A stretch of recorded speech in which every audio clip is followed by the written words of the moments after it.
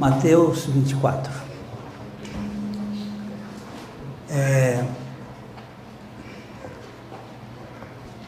São os últimos momentos de Jesus aqui na Terra. É a última conversa particular de Jesus com os seus discípulos antes de sua angústia e de sua rendição à vontade de Deus. Jesus, diz o verso 24, capítulo 24, verso 21, tendo Jesus saído do templo,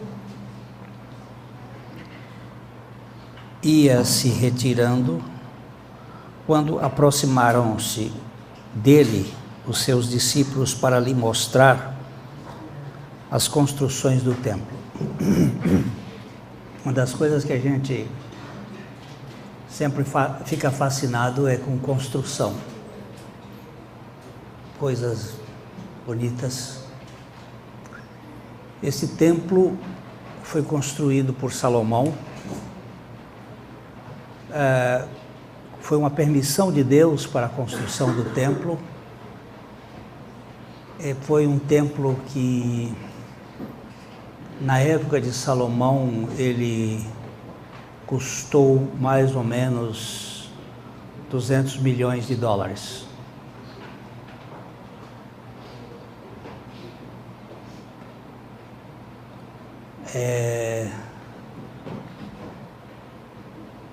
Um templo que não era objetivo de Deus.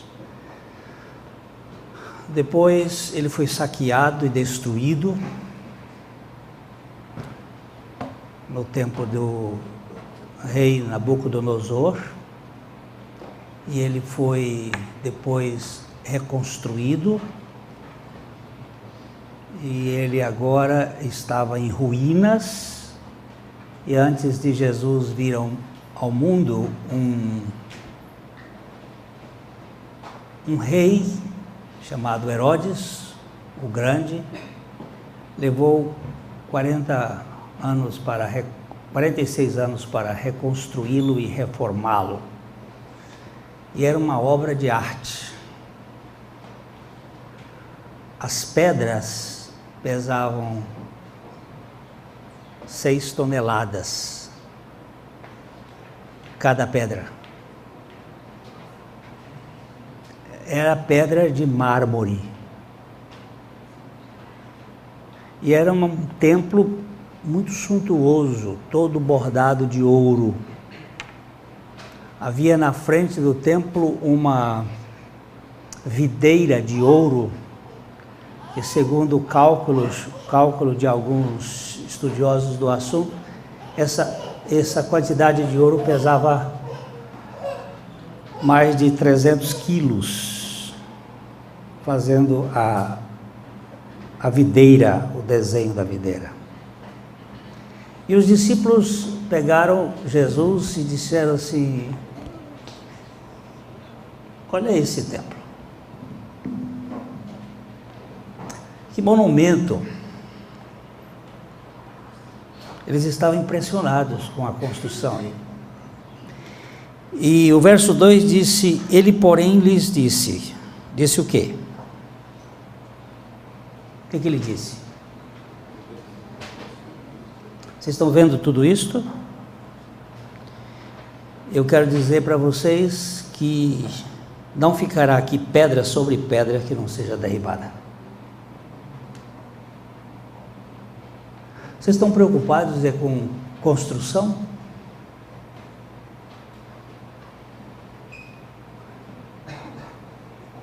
A minha preocupação é com gente. Vocês estão aí cheios de imaginação a respeito disso aqui?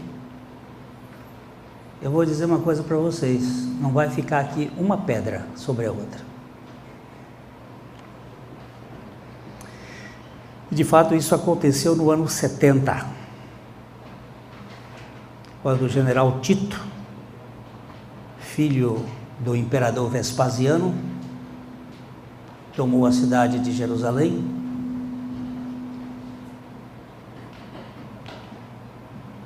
e derrubou. Mais de 1 milhão de judeus foram mortos e a cidade foi arrasada e o templo ficou arrasado.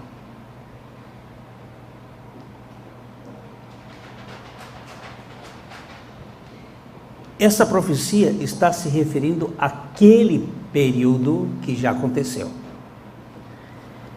Quando Jesus chegou no Monte das Oliveiras, que foi o último lugar onde ele suou sangue e começou a sua obra de redenção para a cruz, vocês sabem que Jesus derramou sangue 7 vezes.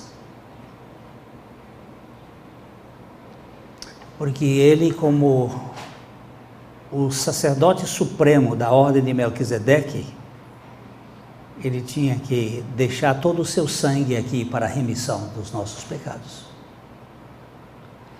E no Velho Testamento, o sacerdote tinha que aspergir o sangue 7 vezes sobre a vítima, sobre o pecador.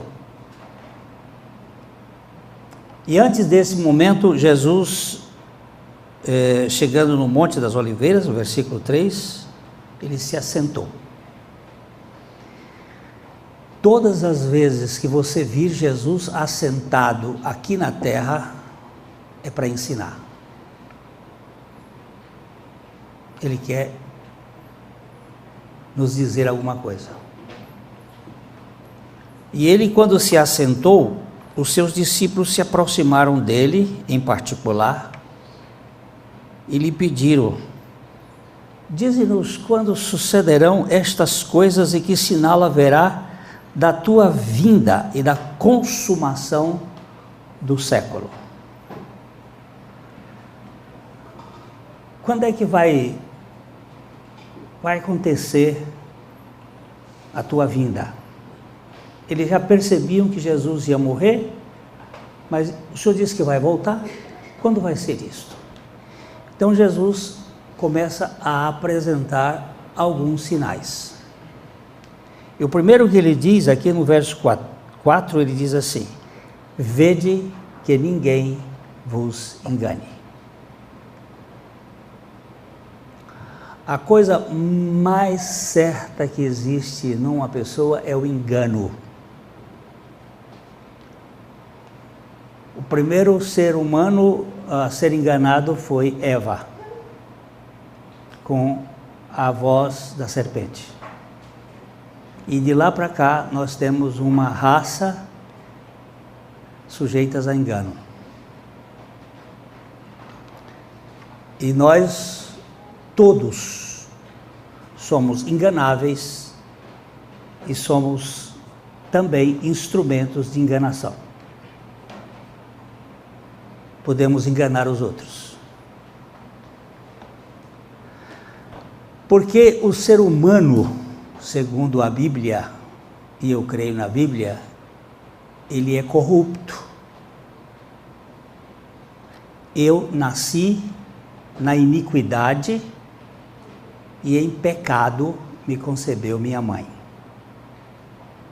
E eu nasci depravado. Não existe uma célula em mim que não seja depravada. Meu estado adâmico é perverso. A Bíblia, ela não passa a mão na nossa cabeça. E ela diz assim: enganoso é o coração e desesperadamente corrupto, quem o conhecerá? O coração corrupto não é só da turma do mensalão. O coração corrupto, ele passa por toda a pessoa que nasce nesse mundo.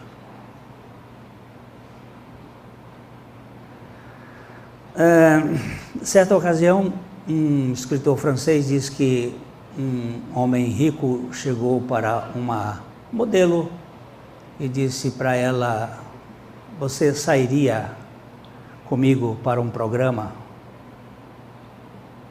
por $100? Ela olhou para ele e disse: $100? Você está louco? Você acha que eu sou prostituta? Ele disse: e $100.000? Ela disse: por $100.000 nós podemos conversar. Ele disse: prostituta você é, o seu preço é que é alto.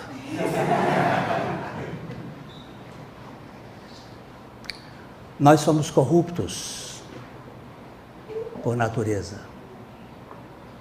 E nós não temos nada. Me lembrei outra.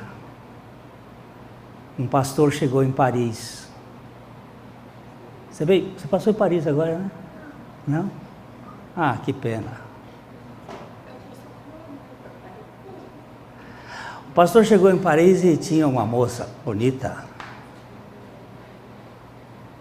E ele chegou para ela e disse: quanto custa um programa com você?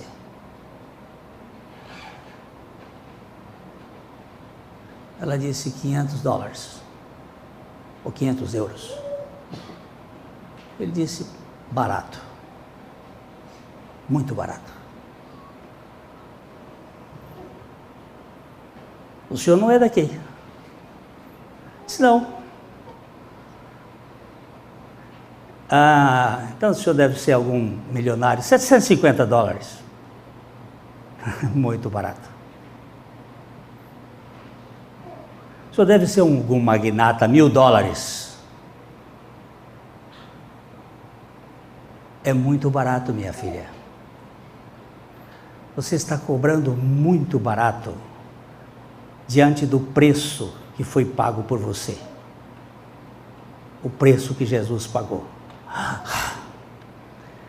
É que a nossa corrupção é tão grande que nós não entendemos nada do que é amor. E nem daquele que se interessa por gente. Nós queremos levar vantagens.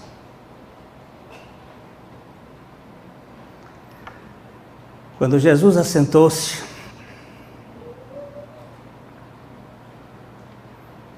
os discípulos queriam saber quando é que vai ser a sua vinda. Eles: cuidado, para você não ser enganado.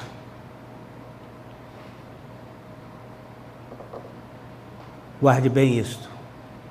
Se alguém lhe enganar a primeira vez, a culpa é sua.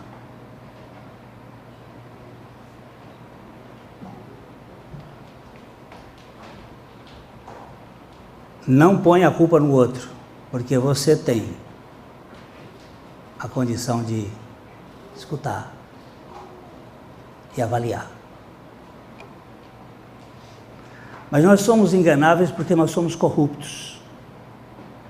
E nós queremos levar vantagem, nós queremos receber alguma coisa em troca. E Jesus disse que muitos viriam em nome dele, dizendo: olha, eu sou o Cristo, e enganarão a muitos. Eu hoje quero falar com vocês exatamente isso. Eu posso estar aqui e ser um enganador. E você que tem que decidir. Se eu lhe falar a verdade de Deus, você tem que observar. Porque eu não posso tomar a responsabilidade que cabe a você.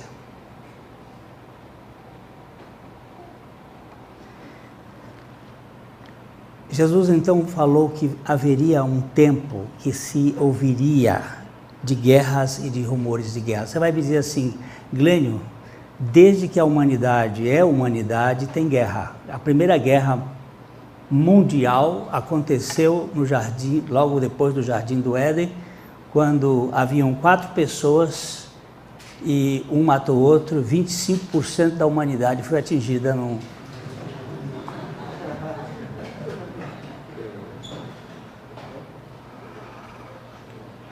E nós vivemos guerras e guerras, mas a partir de 1914, o que aconteceu em 1914? Primeira Guerra Mundial. Não houve um só dia na face da Terra que não houvesse guerra.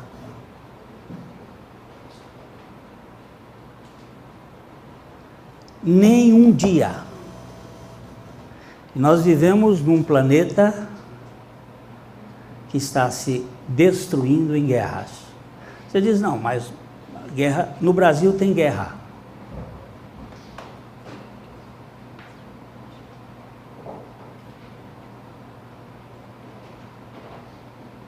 Você veja o número de gente assassinada por ano nesse país. É mais do que o número de soldados na guerra americana no Irã.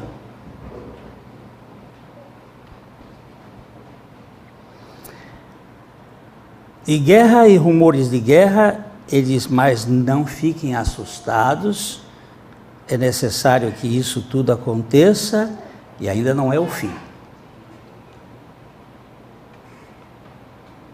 Depois ele diz, porque se levantará nação contra nação, reino contra reino, e haverá fomes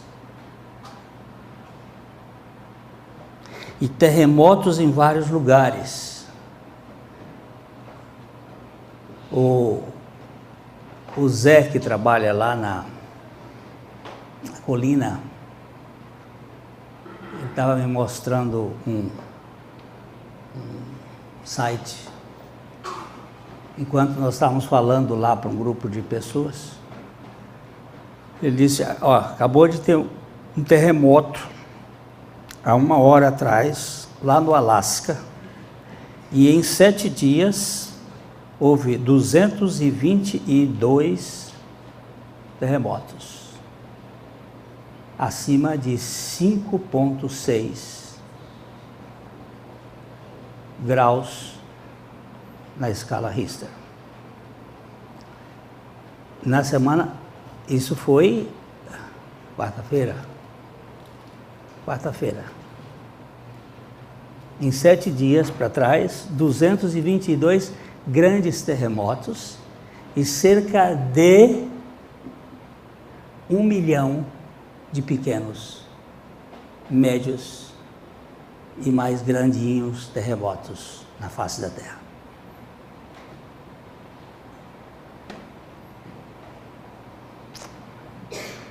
Estava lá no Chile, no hotel, de noite eu vi assim. Aí me disseram assim, todo dia tem terremoto aqui, pequenininho ou grande tem. Jesus está falando 2.000 anos atrás, e haverá terremotos em vários lugares. À medida em que nós fomos retirando o petróleo, as placas tectônicas foram perdendo a sustentabilidade. Se você tira a graxa do pistão e tira o óleo e põe água,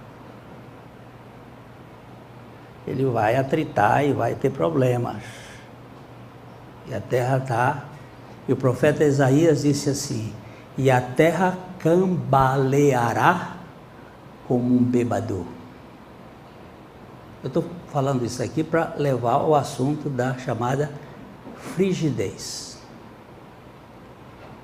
Frieza. Era glacial. No dia 28 de novembro de 2013, o Ison, um meteorito, que a cabeça dele era do tamanho da Terra e a cauda 13 vezes maior, passou a 0,12 AU do Sol. AU é a distância que existe, AU é a unidade atmosférica, unidade de astronomia. Um AU é daqui ao Sol, a distância daqui ao Sol. E ele passou a 0,12 AU do Sol. Desaforado. Passar nessa distância de uma estrela de quinta grandeza, que gasta 5 milhões de toneladas de energia por segundo para produzir fogo, é louco. Esse meteoro é maluco. Tinha cabeça grande e cauda comprida, mas completamente louco. Ele perdeu metade da cauda dele. Desintegrou. E alguns pedacinhos estão fragmentariamente correndo pelo ar. E no dia 26 de dezembro de 2013, ou seja, 28 de novembro, 26 de dezembro, ele passou a mesma distância da Terra. Ele fez uma volta a uma velocidade absurda, mas agora ele já chegou perto da Terra com 1/3 só do seu tamanho. Parece que foi pífia a passagem dele. Acontece que a Terra tremeu e saiu do grau 0,75. Talvez isso explique o frio intenso na região do norte e o calor intenso na região do sul. A Terra deu uma tremidinha. Mas por que os jornais não falam disso? Porque quem governa o mundo não são os reis, os presidentes, os chefes de governo. Quem governa o mundo são 666 homens que fazem parte da pirâmide do olho que tudo vê, e eles mantêm controlado tudo para que ninguém saiba. A imprensa só fala o que eles querem. E a notícia que sai no Brasil, sai na França, sai nos Estados Unidos, sai no Japão, é a mesma notícia. A única diferença é que aqui no Jornal de Londrina saem as futriquinhas de Londrina. As briguinhas de bar, as festinhas de casamento, só isso. Mas as notícias todas, elas são traçadas e costuradas dentro de uma press que você não pode mudar. E nenhuma notícia que mexa no conceito deste sistema pode ser passado para nós. Um ou outro monta um site na internet e aí eles mesmos enchem a internet de mentiras, e aí tem verdades e mentiras e a gente não sabe qual. É difícil você saber discernir quem é sério e quem não é sério na internet. Mas o Senhor Jesus, Ele está dizendo, olha, vai acontecer algumas coisas e isto vai gerar uma situação bem séria, é que vocês vão ser odiados e vos matarão, e vocês vão ser atribulados, e vocês vão ser odiados em todas as nações, diante de todas as nações, por causa do meu nome. Se vocês pensam que no primeiro século, no segundo e no terceiro século, que o segundo e terceiro século foi onde houve maior mortandade de cristãos, morreu muito cristão, eu quero dizer para vocês que do ano 2000 até hoje já morreu 10 vezes mais o número de cristãos que foram mortos no primeiro e no segundo século. Mas nós não sabemos disso. Nós não sabemos isso. Aqui e acolá sai uma chacina na África, uma na Índia, uma no Paquistão, uma na Rússia, nos Estados Unidos, muito pouco aqui no Brasil, mas tem cristãos sendo mortos aqui no Brasil.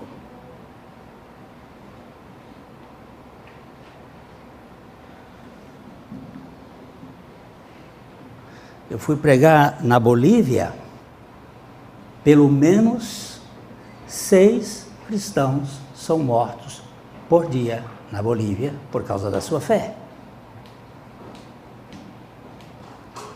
Além do que, 3 crianças na Bolívia são sacrificadas todos os dias para os deuses da terra. Mas ninguém fala nisso. Não, ninguém fala nisso. Por quê? Porque nós estamos sendo cozinhados vivos como as rãs do conceito de Köhler. O estudo de Köhler, que as rãzinhas foram colocadas dentro de um recipiente, e o recipiente era paradisíaco, as rãs tinham comida e viviam ali dentro, a água boa, e eles foram assim, lentamente aquecendo a água.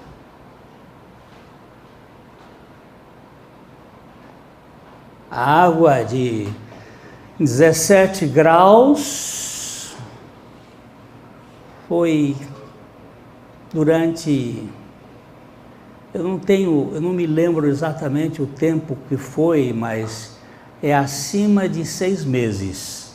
Ela foi de 17 graus para 62 graus.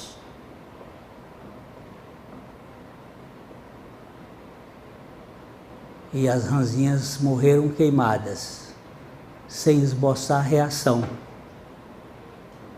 Por quê? Quando elas quiseram reagir, o sistema neurológico delas já tinha sido comprometido. É isso que a gente quer falar um pouquinho aqui sobre o assunto de por se multiplicar a iniquidade, o amor se esfriará de quase todos. Vai assim, a gente não vai percebendo, as coisas vão acontecendo, tudo é natural, tudo é normal. Haverá escândalos, muita coisa que a gente vai se acostuma. Quantos crimes uma criança vê desde quando ela começa a assistir televisão até chegar à adolescência? Tem noção? Você que foi criado nesse mundo da mídia e tal, você tem noção de quantos crimes você assistiu?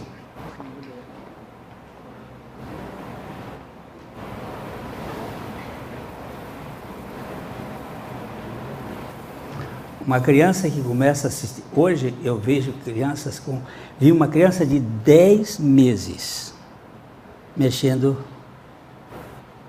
no iPad da mãe, fazendo toque, toque, toque, toque. E ela sabe o que quer.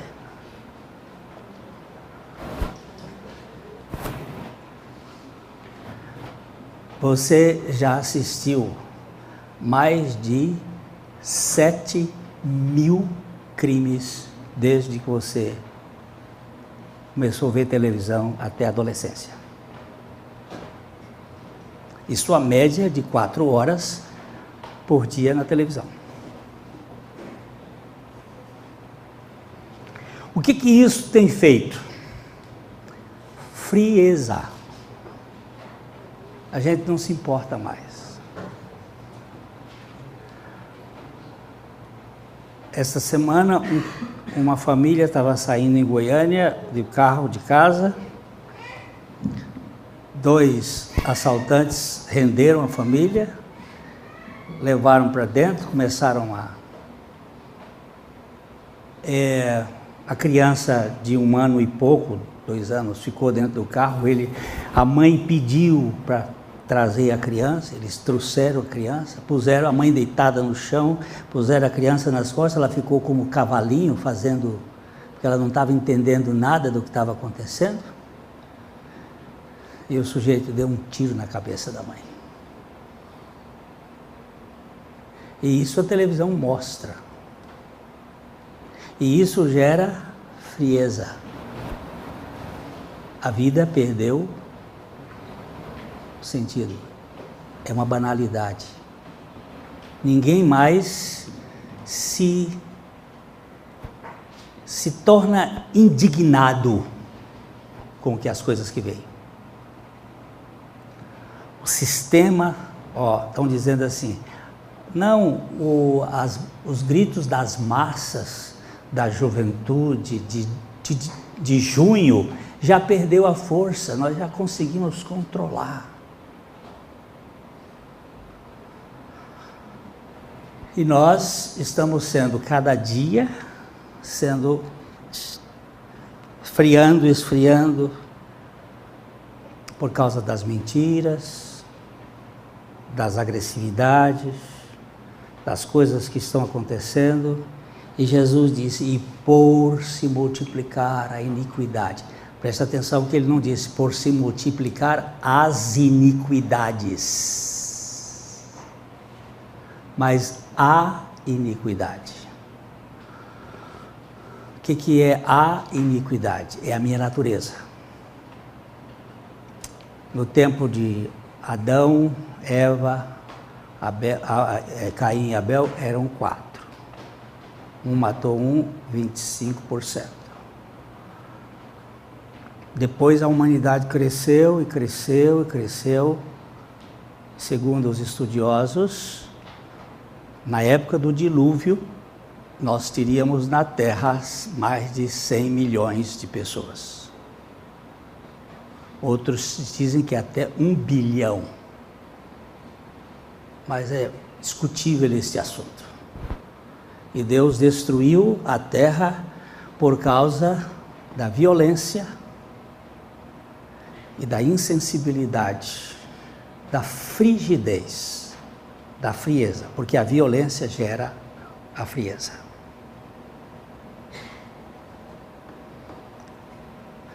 Num mundo de violência, nós vamos ficando cada vez mais frios, menos afetuosos. Amanhã não, segunda-feira, eu queria mexer com vocês com a palavra de Paulo a Timóteo, quando ele vai dizer que nos últimos dias, no último tempo, as pessoas seriam, e aí ele elenca 20 características do que vão marcar as pessoas. Alguns estudiosos dizem que parece que é uma característica por 100 anos que vai se multiplicando a chegar nesta era da glacialidade, da frieza. Em 20 séculos nós chegamos a esse ponto de falta de sensibilidade, de fervor, de afetividade, de carinho, de amor, onde nós substituímos hoje a afetividade das pessoas para os animais.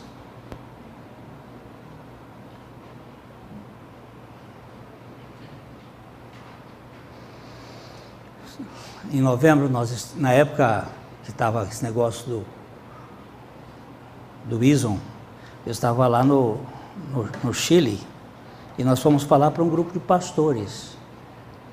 E o que eu percebi é que os pastores estão muito doentes. Nós, pastores, vivemos muito isolados. Nós vivemos sem toque. E quando existe toque abusivo.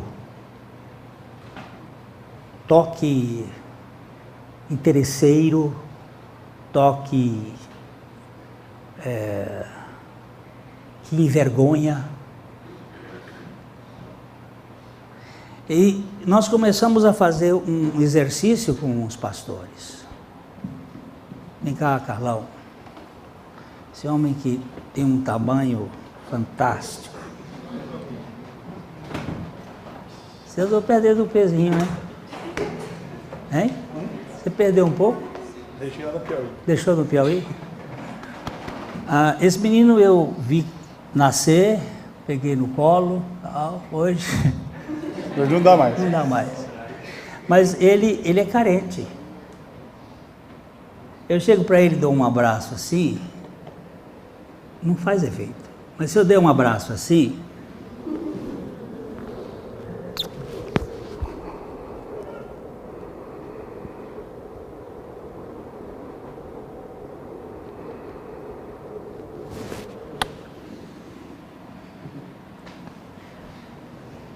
isso muda.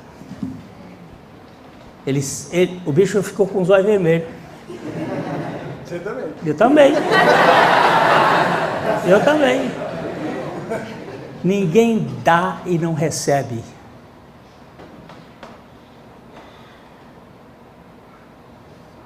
Mas nós estamos vivendo num mundo em que as pessoas não se importam com pessoas. Isso é fruto da cultura em que nós estamos vivendo, da filosofia que nós estamos vivendo, do sistema em que nós estamos vivendo, agressivo, violento, anti-gente. E Jesus disse, olha, vai haver um esfriamento por causa da multiplicação da iniquidade. Hoje, quantas pessoas são no mundo?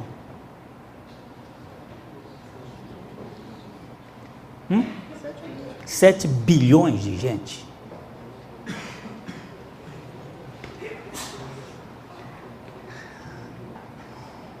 Desculpa a expressão, é bosta demais no mundo. Não só polui o mundo, mas polui a terra.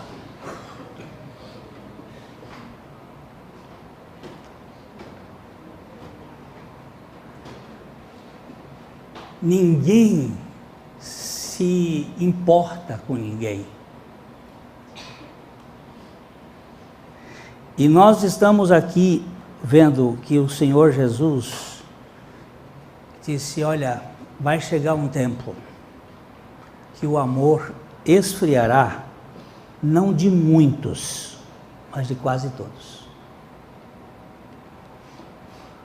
Ainda bem que ele disse de quase todos.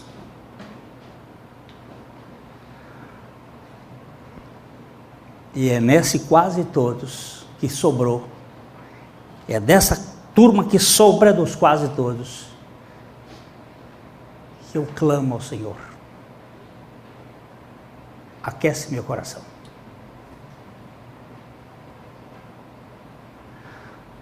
Põe fervura na minha alma.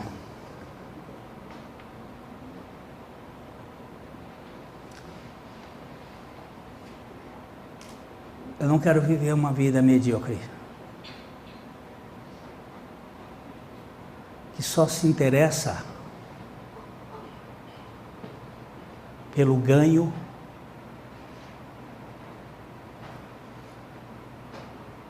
eu tenho um filho que foi trabalhar numa empresa multinacional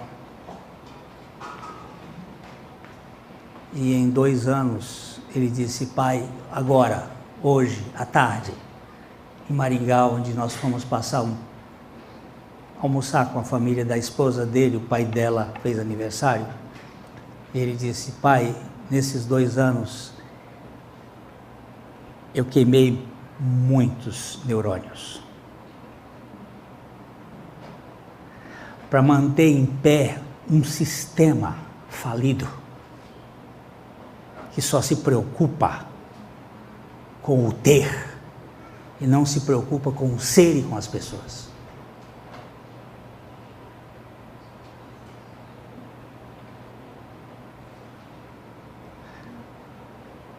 Estou dando graças a Deus, está chegando o fim, e onde eu posso andar olhando para a gente.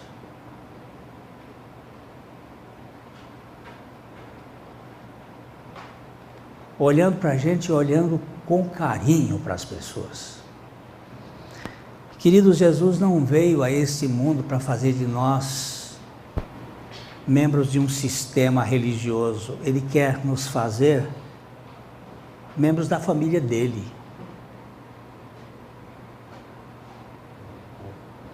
Filhos de Deus que sejam libertos de si. E libertos deste, que é aquilo que a gente vai ver amanhã, ou segunda-feira, philautoi. É uma palavra grega que diz assim, amantes de si mesmo.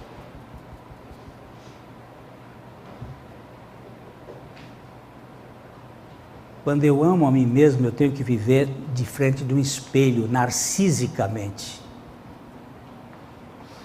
Para eu poder viver, eu tenho que amar você. E você nem sempre é amável. E eu nem sempre sou amável. Mas eu tenho que ter gente para me importar e que se importe comigo.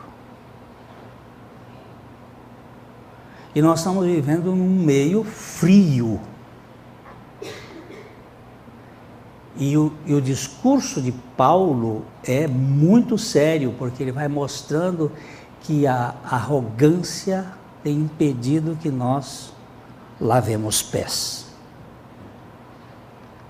E enquanto nós não aprendermos a nos acocorar para lavar pé,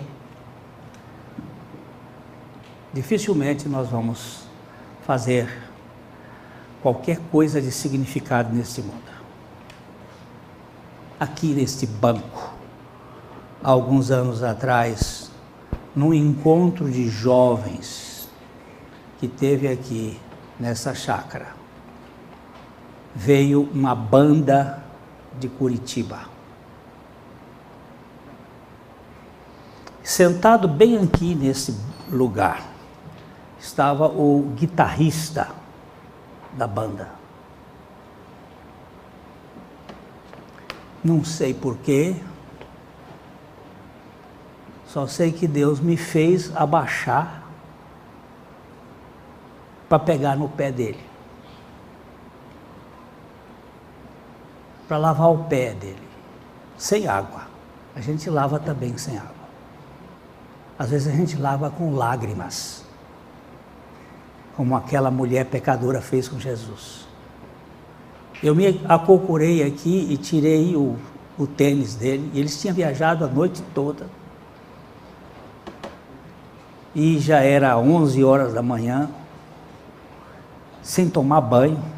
Você imagina aquele pé como estava, debaixo daquela meia, e eu tirei a meia, um chulé, e eu peguei no pé daquele rapaz, e quando eu peguei, simbolizando o lavar pé, ele começou a debulhar-se. Ele contorcia de chorar aqui. E depois ele me contou, ele nos contou,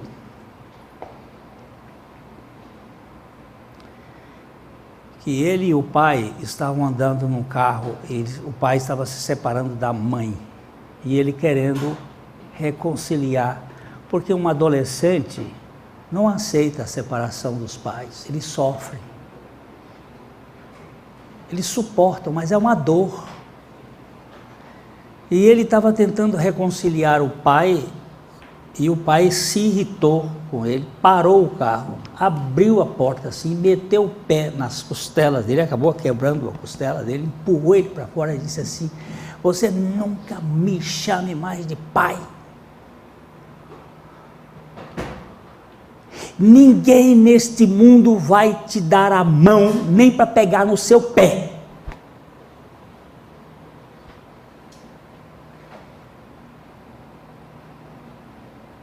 E na hora que eu abaixei para pegar no pé dele, tinha uma história. E aquela história era uma história de rejeição. E naquela história de rejeição, ao pegar no pé dele, eu estava sendo um instrumento de Deus para curar uma ferida na alma de uma pessoa.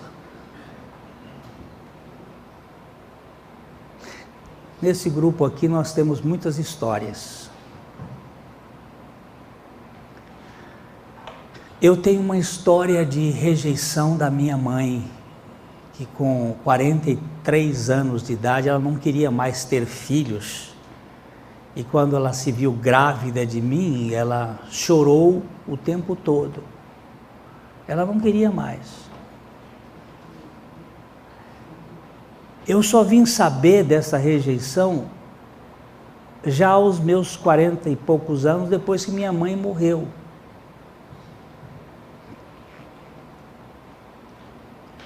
Que um dia minha irmã contou-me. Eu sentia a rejeição, mas não sabia que tinha uma rejeição. Não era culpa da minha mãe. É simplesmente que ela tinha 6 filhos, estava com 43 anos, não queria vir mais um outro. Para que mais? Mas dentro do meu DNA, de minha relação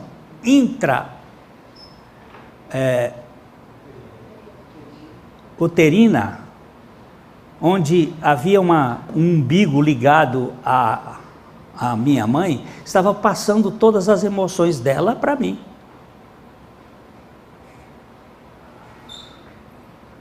E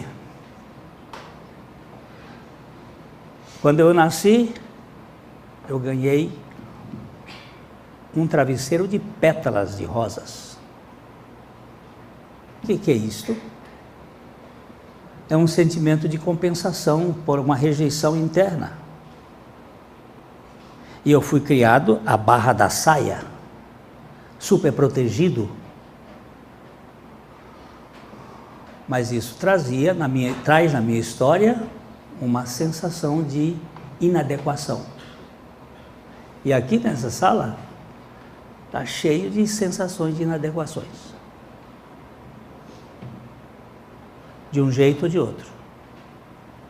E nós só podemos ser curados quando encontrarmos o amor incondicional de Deus agindo em nosso favor. Para que nós possamos ser libertos de nossas histórias e de nossos cárceres apertados. E isto é na câmara da intimidade de Deus. Então, por que nós estamos vivendo essa frieza?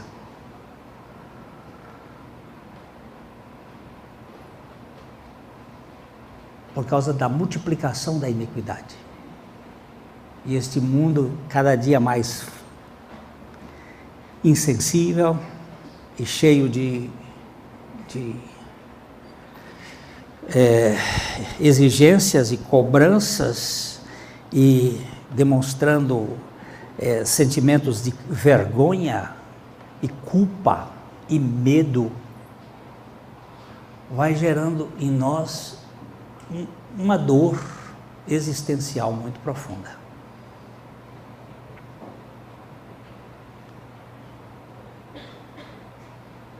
O Senhor vai mostrar mais adiante que esse processo vai chegar a um ponto de quase todos, porém, aquele que perseverar até o fim será salvo.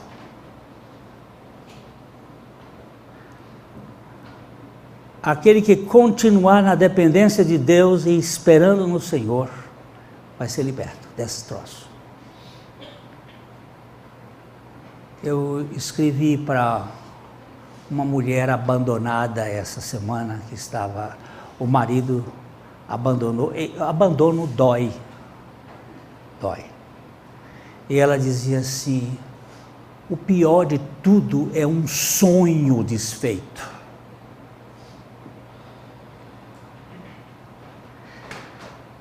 E eu respondendo para ela, eu disse: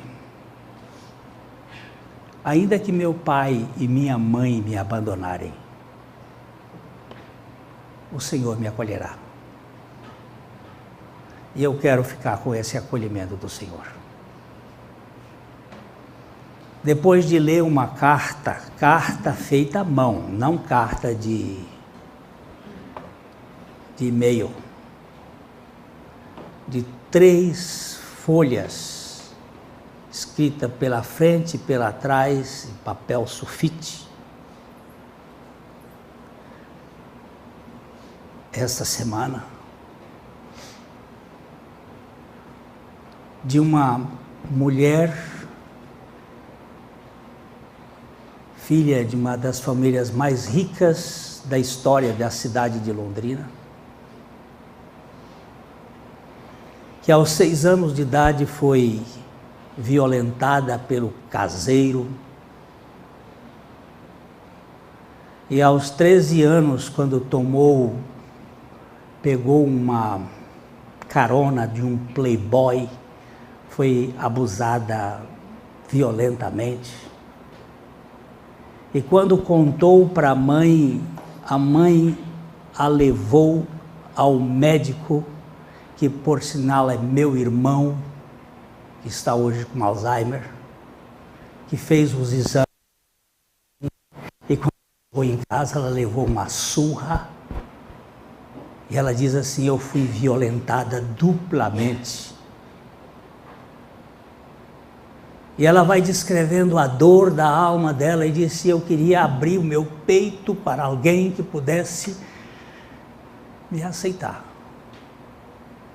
Porque até aqui eu tenho vivido na troca dos favores. Ela tinha escutado uma mensagem sobre troca de favores.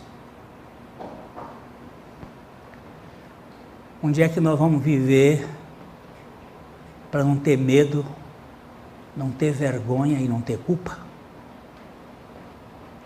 São na casa do amor incondicional de Deus. Eu terminei aquela carta em lágrimas e fui responder, que ela deixou o e-mail, e eu fui responder para ela e citei uma série de frases, e uma delas é: Deus não está decepcionado com você, minha filha, porque Ele nunca teve ilusões a seu respeito. A graça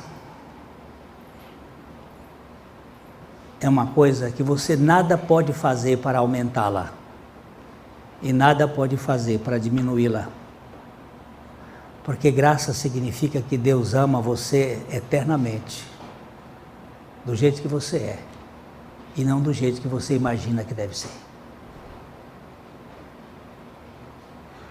Por que está frio? Porque não tem o cobertor da graça cobrindo a nudez da vergonha que nós temos passado. Porque não tem a proteção.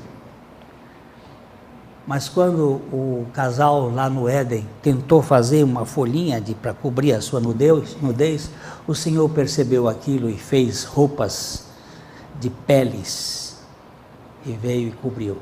Aquilo é um tipo da figura de Cristo, que vai nos cobrir a nossa vergonha, o nosso medo e a nossa culpa. E vai aquecer, para que nós não fiquemos tiritando de frio, emocional, espiritual, na nossa relação. Por se multiplicar a iniquidade, o amor esfriará de quase todos. Mas aquele que perseverar até o fim será salvo. Aquele que olhar para Jesus e disser para Jesus: Senhor, eu não mereço, mas estão aqui meus trapos, está aqui minha história, está aqui minha dor.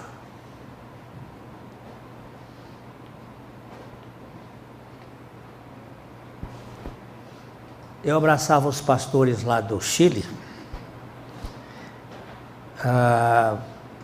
na base de uma pesquisa que eu tinha lido, que um abraço não deve demorar menos de 20 segundos. é um abraço bem afetuoso. E quando eu cheguei aqui em Londrina, minha mulher estava lá vendo. Eu estou correndo para um lado e para o outro, fazendo e indo e gravando, não sei o que e tal.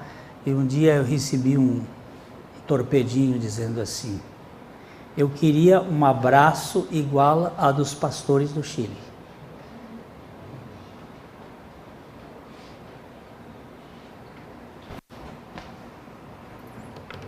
Aí eu vi que eu estou correndo demais e não estou abraçando minha mulher. Aí eu cheguei em casa, meio envergonhado, e disse: pastor do Chile, fica em pé. Aí dei um amasão nela, um afago bem afetuoso, pedi perdão. E eu quero dizer para vocês, a igreja não é um lugar de pessoas perfeitas. É um lugar onde o perfeito aperfeiçoa pessoas na sua aceitação incondicional. É um lugar onde pessoas que têm problemas podem ser curadas das suas dores através do amor. Eu gosto dessa expressão de Brennan Manning, amor furioso de Deus, amor de paixão, mas não é paixão, essa paixão doentia, é amor que não faz troca. Não é se você for bom aluno no final do ano, eu lhe dou uma viagem para Disney. É o amor que mesmo quando você fracassa no final do ano, nós dois para Disney, para celebrar a condição de que amando vale mais do que tendo êxito. O mundo pode lhe cobrar, mas Deus quer lhe dar. E dá afeto. Para você e eu sermos menos chatos, menos críticos, menos criadores de caso com os outros, podendo aceitar as pessoas como elas são.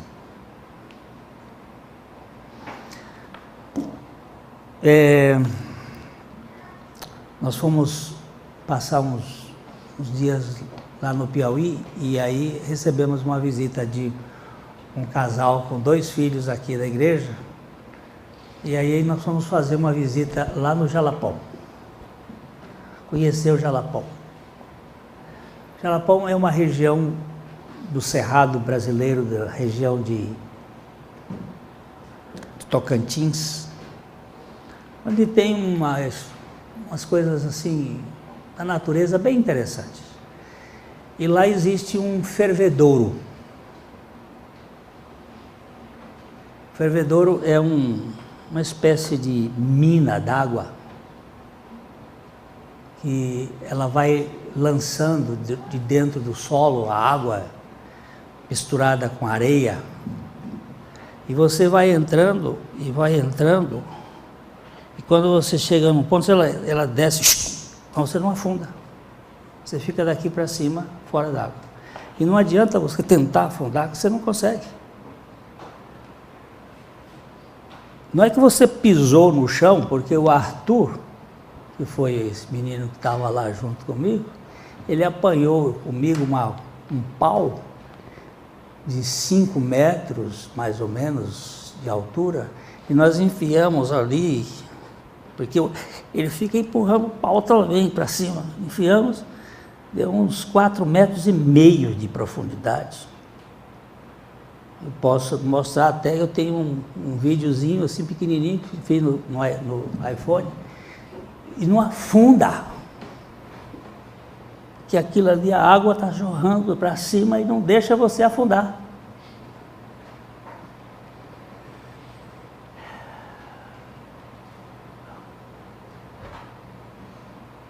Lá ninguém morre afogado. Nós brincamos lá, mas ali para mim ficou assim claro. Isso aqui é como a graça de Deus. Você está no mundo, se fosse por sua própria conta você iria afundar, mas ela lhe sustenta. Ela lhe mantém. E ela aquece o nosso coração. E a gente pode viver com mais leveza, com mais alegria. Então, queridos, essa era glacial do mundo pode ser aquecida na casa de Abba, na casa do Pai da Graça.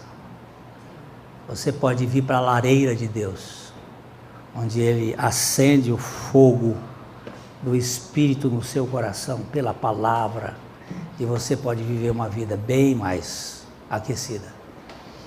Pai, eu te dou graças porque a tua palavra é a verdade. E ainda que haja tanta frieza neste mundo, o teu Espírito nos sustenta e nos mantém intactos no meio dessas lutas todas. E aqui esse grupo está passando esses dias aqui. O Senhor sabe lidar com cada um deles. E nós deixamos nas tuas mãos o aquecer os corações, o mudar as vidas, porque esse é o teu trabalho, é a tua operação para a glória do nome do teu Filho Jesus. Amém.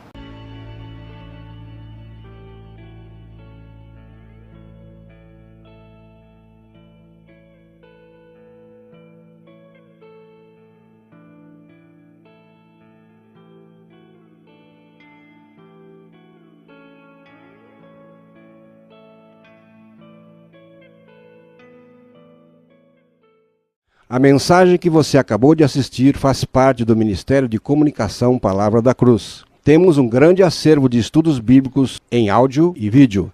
Distribuímos também gratuitamente o jornal mensal Palavra da Cruz. Entre em contato conosco pelo fone 0 operadora 43 3372 8900 ou pelo e-mail livraria@piblondrina.com.br. Visite-nos pelo site www.livrariapiblondrina.com.br ou acesse www.piblondrina.com.br. Graça e paz.